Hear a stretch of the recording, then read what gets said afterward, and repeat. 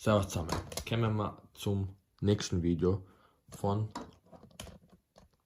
meinen Handytests von 2017, die Flaggschiffe, weil man kriegt sie die meisten um die 50 bis maximal 100 Euro gebraucht. Dann schauen wir uns an, welches Handy das beste Preis-Leistungs-Verhältnis liefert und was man noch verwenden kann. Heute haben wir das Sony XZ1 Kompakt. Im Prinzip gilt das alles auch fürs XZ, weil die Unterschiede sind minimal.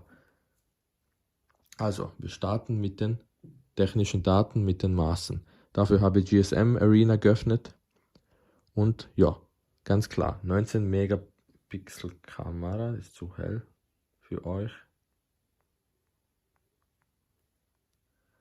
19 Megapixel Kamera, 4,6 Zoll Display, HD Display, aber das können wir mal alles dann extra hin. 2700 mAh Akku, 4 GB RAM, Snapdragon 835. Ist im August erschienen, da habt ihr die Maße 130 x 65 x 9,3 mm, also relativ dick ist es, aber relativ kompakt von den Maßen sonst. 140 Gramm wiegt es, Gorilla Glass 4 und so weiter und so fort. SATA IPS LCD Display, ja das wissen wir, 4,6 Zoll HD-Auflösung haben wir schon gesagt, wird sehr hell. Da habt ihr das Android 9 hat man noch, das war's dann, also ein Upgrade. Man hat 32 GB Speicher und 4 GB RAM. Das ist ein Nachteil, weil das war schwächer als von den anderen Herstellern. Die Selfie-Kamera hat 8 Megapixel, kann Full HD aufnehmen in 30 Sekunden, Bilder pro Sekunde. Und ja, Wi-Fi und so weiter. Fingerabdrucksensor habt seitlich und 18 Watt Laden. 108 Stunden Endurance Rating. So. Kommen wir mal nun zum Sony XZ1 Kompakt, zu meinen Tests, zu meinen Erfahrungen und so weiter und so fort. Starten wir gleich. Wir starten gleich mit der Geschwindigkeit und Leistung. Da ist es Sony einfach super. Geschwindigkeit und Leistung. 835, 4 GB RAM waren nicht jetzt, also Snapdragon 835 war der beste, okay. 4 GB RAM war jetzt nicht das allerhöchste, was man gehabt hat, aber war solide. Die Leistung ist einfach, das Handy ist einfach flüssig, da gibt es nicht viel zum Sagen. Es öffnet alles schnell und man navigiert sehr schnell. Das ist wirklich, also Leistung kann man sich nicht beschweren. Es ist eins von den besseren 2017er Geräten, die es noch, also die man kaufen könnte.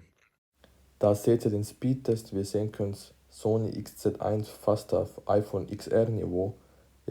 Also ihr seht sehr viel schneller als das U11 und sehr viel schneller als das LG G6, weil LG G6 ist überhaupt langsam, HTC U11 hat eben das RAM-Problem und deswegen ist die Zeit schlecht, aber das ist 2 Runden, also mit einmal öffnen und dann offen halten und dann wieder zurückgehen. WLAN-Signal ist auch in Ordnung, einfach, weil natürlich, wenn man den gleichen Chip hat, hat man meistens auch den gleichen WLAN-Chip und der ist auch in Ordnung, genau gleich wie beim HTC. Kameras muss ich sagen, seien mittelmäßig, seien nicht schlecht für damals gewesen. Heutzutage seien sie ja, würde ich sagen, also knapp, also unteres Mittel, würde ich einfach mal behaupten. Frontkamera ist in Ordnung, aber nichts Besonderes. Hauptkamera ist auch in Ordnung und nichts Besonderes. Und zu den Kameras zählen auch die LEDs und die LED ist, soweit ich weiß, die LED hinten ist einfach nur schlecht. Also das ist einfach mit 400 getesteten Lux, ihr seht es einfach, das ist einfach schwach. Schaut auf meine Hand einfach drauf und schaut es einfach an. Das sieht man schon, dass das schwach ist. Ich zeige euch einmal eine LED vom S9. Schaut euch das einmal an. Was das für einen Unterschied macht. Ich weiß gar nicht, ist das Maximum? Ja. Seht ihr den Unterschied? Sogar die Kamera spiegelt es wieder. Das ist als Unterschied wie Tag und Nacht. LED ist einfach schlecht vom Sony. Sehr schlechte LED. Also ohne Zimmer aussehen, 500 Lux bei 10 cm ist wirklich nix.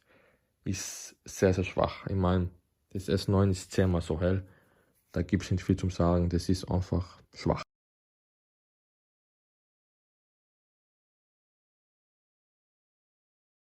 Lautsprecher seien in Ordnung, die habe ich getestet. Das mache ich noch separates Video, das könnt ihr dann bei den Shorts anschauen. Das ist in Ordnung. Die Batterie ist auch in Ordnung, da kann man sich nicht beschweren. Jetzt auch den Zustand, ich glaube, der wurde mal gewechselt. Der Akku ist nicht mein Handy immer gewesen, habe ich gebraucht gehabt, aber wir sind bei 98%. Ich bin mir sicher, dass der Akku gewechselt worden ist. Das ist unmöglich, dass er sich so gut gehalten hat.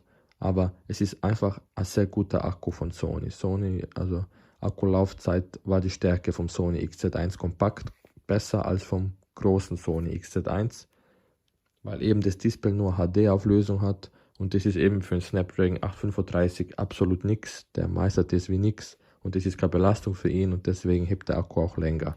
Benchmarks sein wie bei jedem 835, nichts Besonderes, blende ich euch ein, damit ihr die Werte habt.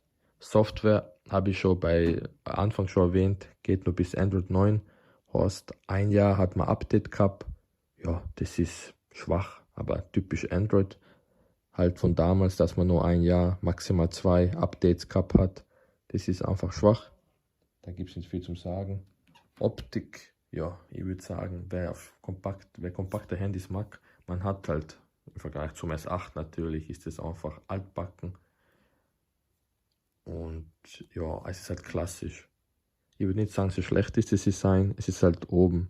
Jetzt, da ist relativ schmal, das passt super, die Seiten. Für damals oben halt relativ breit. Aber ja, ich finde es eigentlich schön, das Design. Ich finde es nicht schier. Das ist halt ein schlechter Zustand vom Handy. Will ich euch eigentlich gar nicht zeigen. Aber ja, schlechter Zustand. Aber es fühlt sich einfach schön in der Hand an, das Handy. Und ja, dick ist halt etwas dicker, aber ich finde es sehr griffig, fühlt sich super an. Für 4,6 Zoll, das war einfach extrem kompakt und das beste kompakte Handy damals, was es auf dem Markt gegeben hat. Also wer kompaktes Handy haben will, was so kompakt ist und nur 50 Euro ausgeben will, da ist es mit dem Sony XZ1 super beraten, wer Abstriche bei der Kamera und so weiter macht.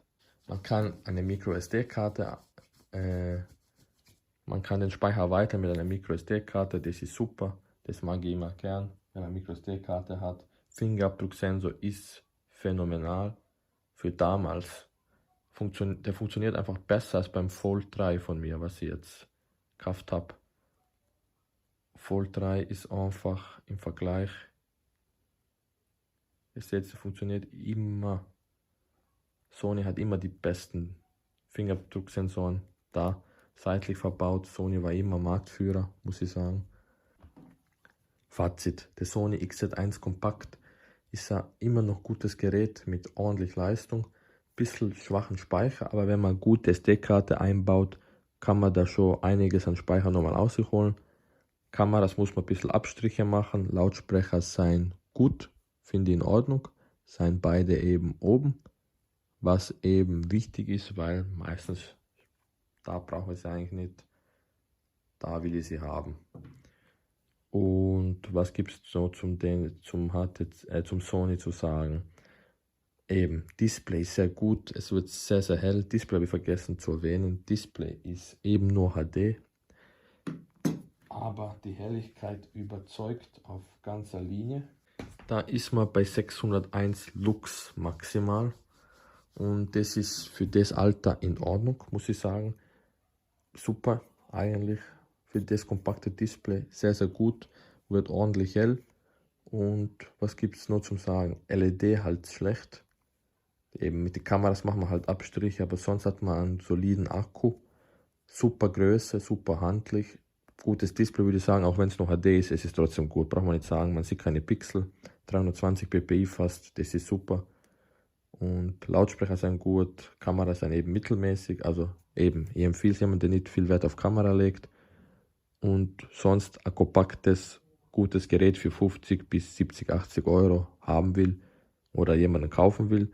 Das ist immer noch ein solides Gerät, kann man locker noch verwenden. Ich meine, schaut es euch an, jede App funktioniert noch und schaut mal, wie schnell das eigentlich ist. Das passt super. Es ist wirklich ein solides Gerät. Man kann es eigentlich nur empfehlen für das Geld. Es ist eins von den besseren 2017er Flaggschiffe, aber das werdet ihr noch sehen. Was gibt es noch am Ende zu sagen? Ich bedanke mich fürs Schauen. Ich hoffe, dass ihr beim nächsten Video nochmal einschaltet und ich wünsche euch was. Servus, danke und ciao.